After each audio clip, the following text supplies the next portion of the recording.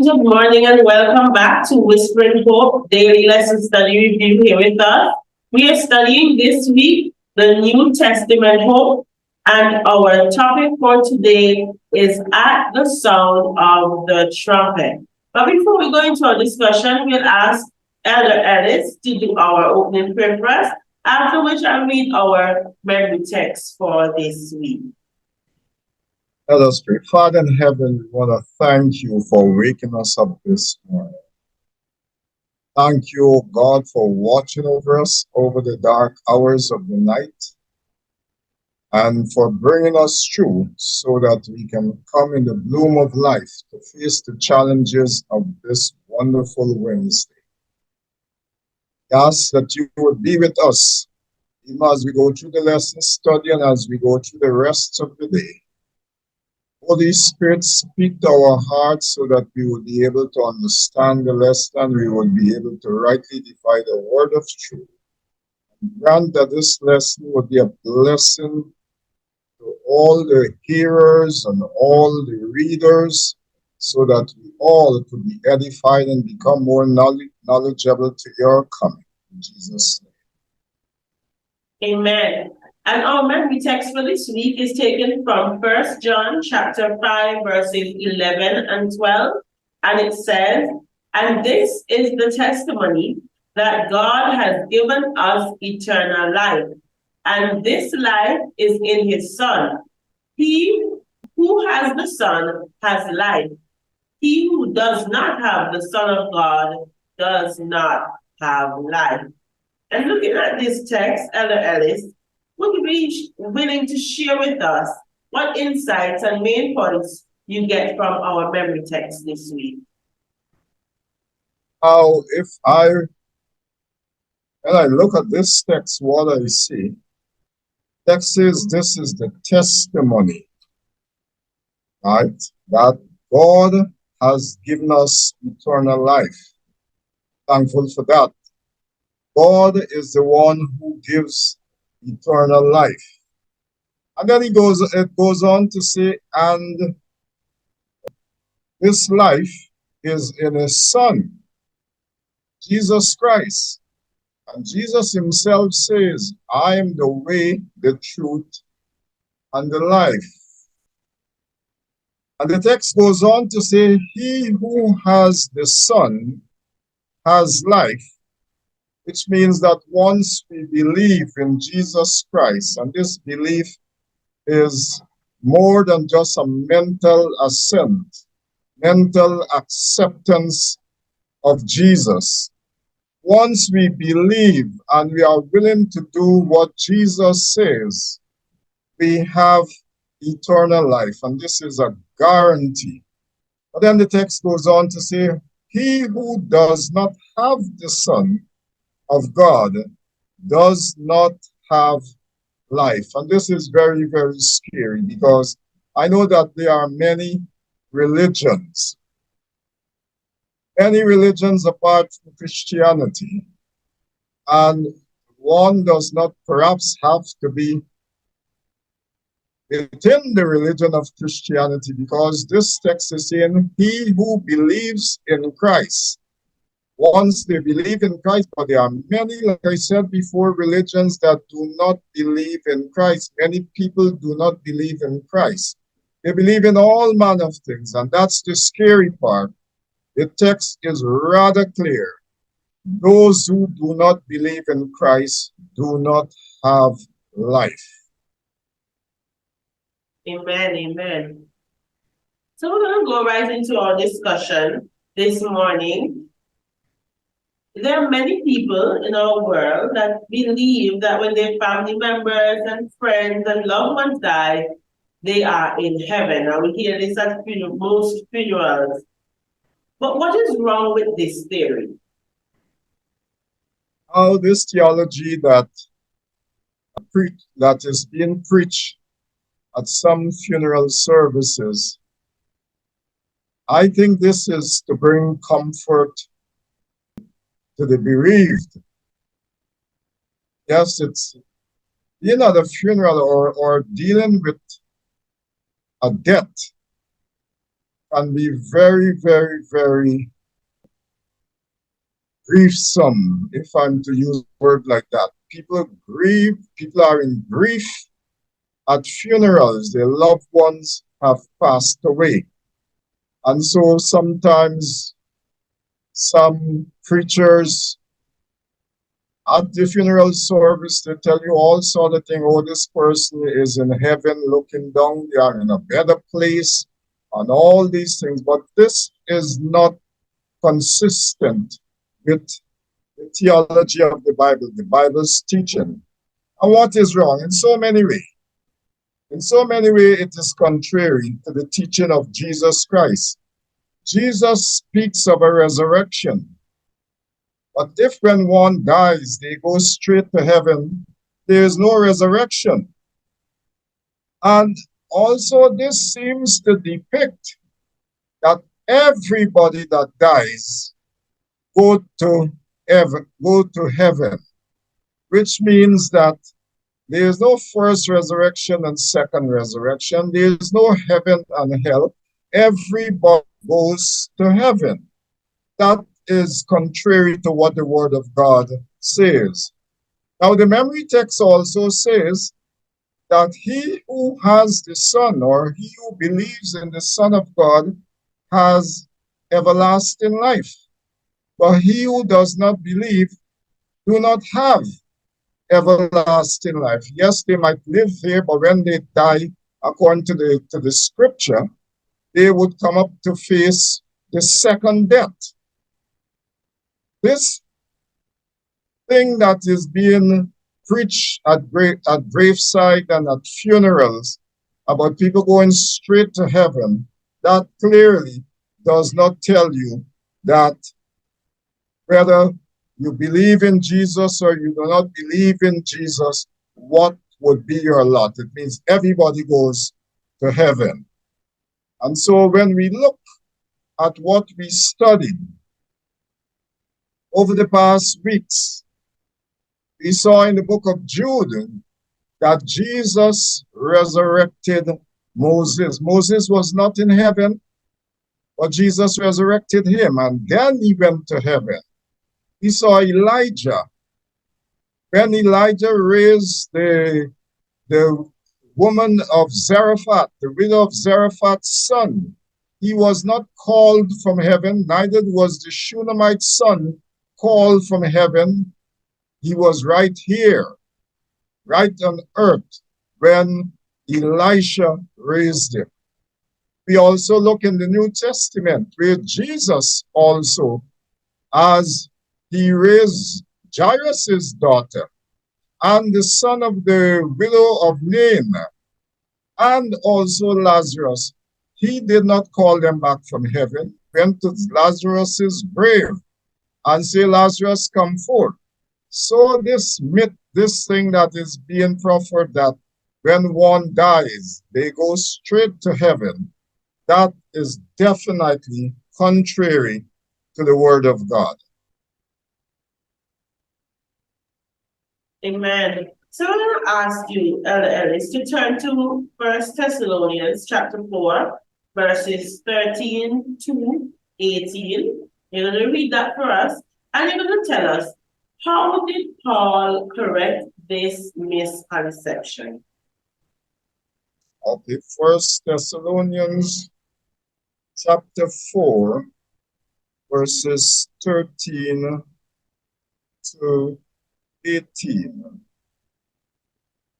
Now, let's see what the Apostle Paul says in the book of Thessalonians. It's a well-known passage of scripture. He says here, but I would not have you to be ignorant, brethren, concerning them which are asleep, that ye sorrow not, even as others which have no hope. And the Apostle Paul is talking here to brethren, people who believe.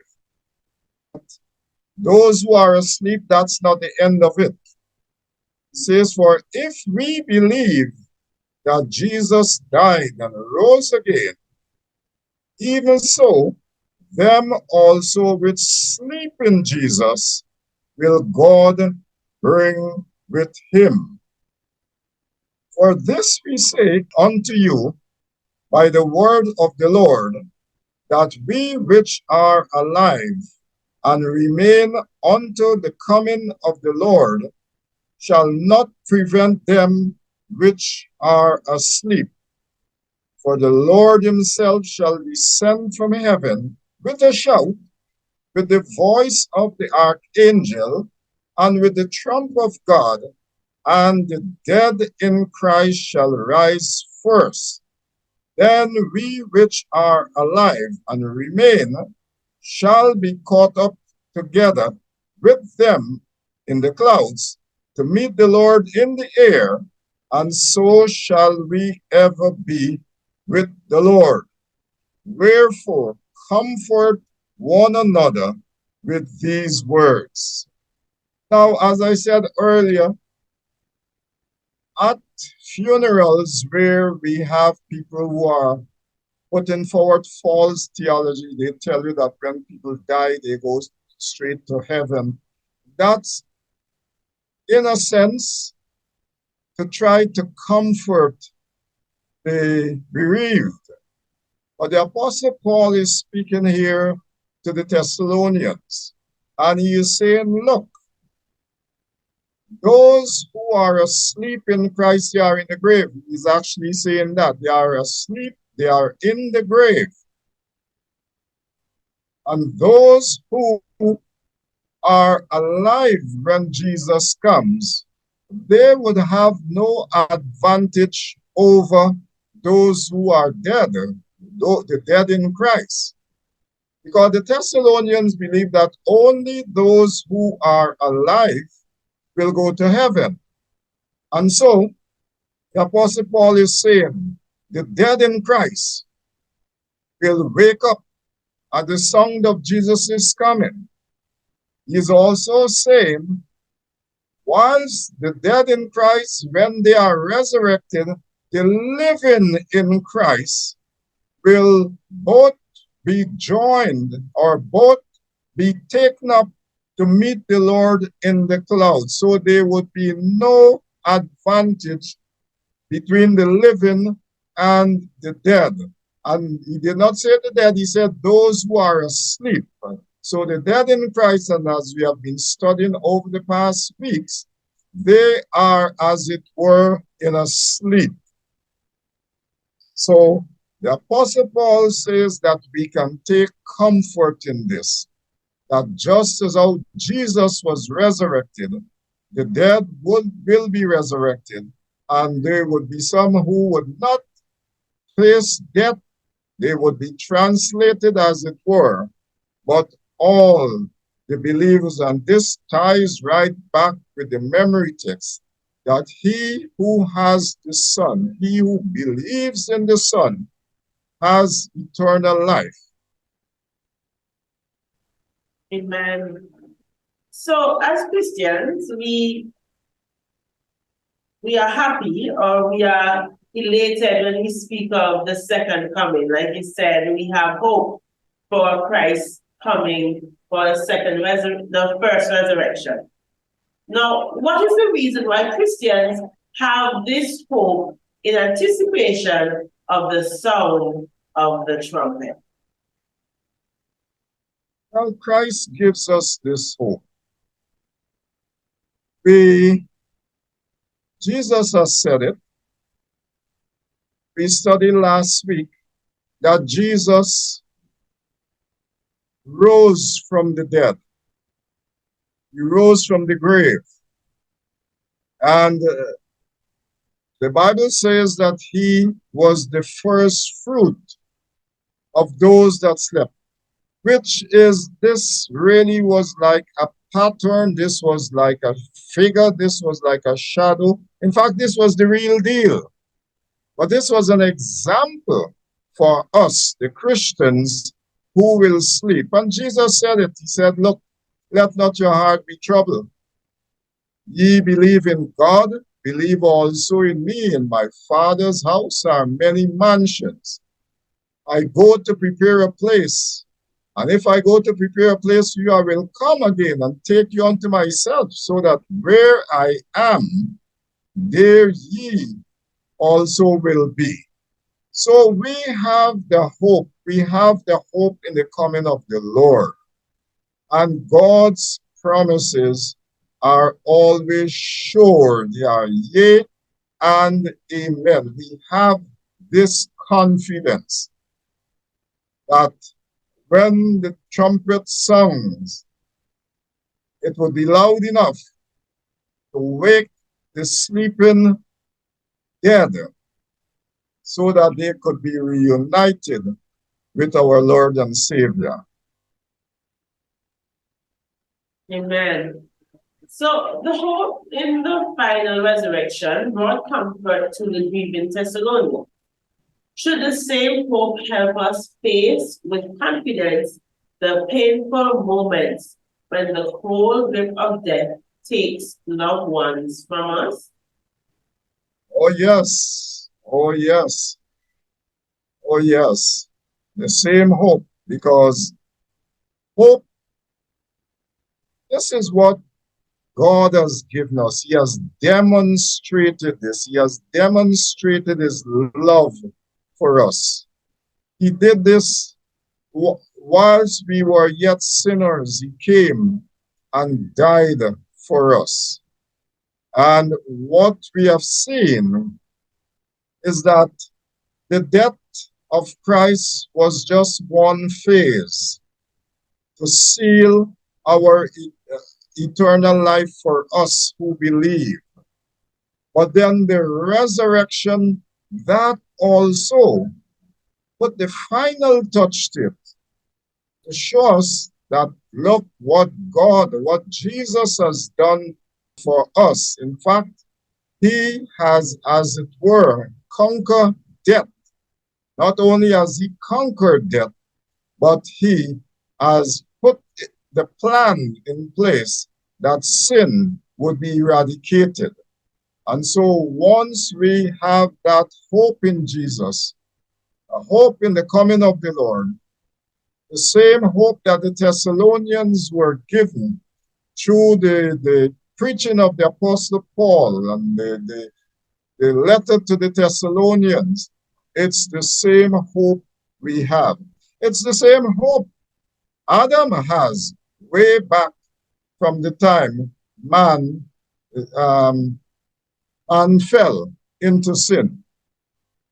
We all have the same hope, the hope in Jesus Christ. And that really is the culmination of the plan of salvation and the plan of redemption. Learning to live, learning to live.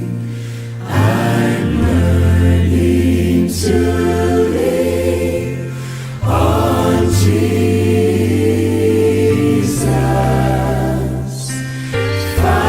finding more power than I've ever dreamed. I'm learning to live. So we're coming to the end of our discussion this morning, but it wouldn't be a complete discussion if we don't ask a personal question. Now, to wrap up our lesson, share with us, what does the sounding of the trumpet mean for you? Well, that's a very good question. What does the sounding of the trumpet mean to me? First of all, it means I'm alive. Because if I can hear the trumpet, the dead cannot hear the trumpet. Right? So, and that is what the Apostle Paul talks about in 1 Thessalonians, that, you see, Jesus' coming would be with a lot of noise. You would hear the sound of Jesus, the voice of the archangel, the sound of the trumpet. It is not no quiet nothing. And it will be so noisy, but not a discordant noise. It has to be, Jesus does everything in order and so on. but it would be the song that would raise the sleeping believers of Jesus to life. And oh, what a glorious song that be. But the dead ain't gonna hear that song. Right? That song, if for the dead that really comes up to see Jesus, those who would have pierced him, that ain't gonna be a good song. But I can tell you, the song of this, for me, it means I'm alive. I am going to be able to see my Savior. I would be caught up to meet him because of that song. And then I'll be transported along with the saints from all the ages back to glory land to spend a time there with him and to return here to spend ceaseless ages of eternity. That song means a lot to me. Amen. And as we complete our discussion for today, what are your takeaways from this lesson for this week? My takeaway from the lesson is one of hope. Now, faith, hope, all these words go together, but all are rooted and grounded in Jesus Christ. Because I can hope in any other thing and it doesn't mean a thing. But the hope that I have in Jesus Christ, what Jesus has done, he has said it clearly. I am the way, the truth, and the life. I am the resurrection and the life. I am. I only have to hope in the I am. Do what he says to do, as the injunction given by Mary at the wedding when Jesus turned the water into wine. She says, whatsoever he said to you, do. And that is what I plan to do. And he gives me the strength to do it. It's not my own strength. I have hope in him. And we sing the song, hope in the coming of the Lord. That is like an Adventist anthem. It means a lot to me because I know that one day this mortal shall put on immortality. I will be changed. This life that is under construction will come to an end, and the life that God wanted for me and for all humanity when he created Adam and Eve would be mine to experience. And that really comes from hope, trust, faith in Jesus Christ and what he has done for me and for all those. In fact, he has done that for the world, but it's only those who accept and believes it will be the beneficiary of the hope. Amen. And that has brought us to the end of our discussion this morning. We're glad that you could have joined us, and we look forward to seeing you tomorrow morning when our topic will be the everlasting encounter. So see you tomorrow bright and early. Send a link to a friend, to a family, as we continue to study our lesson together.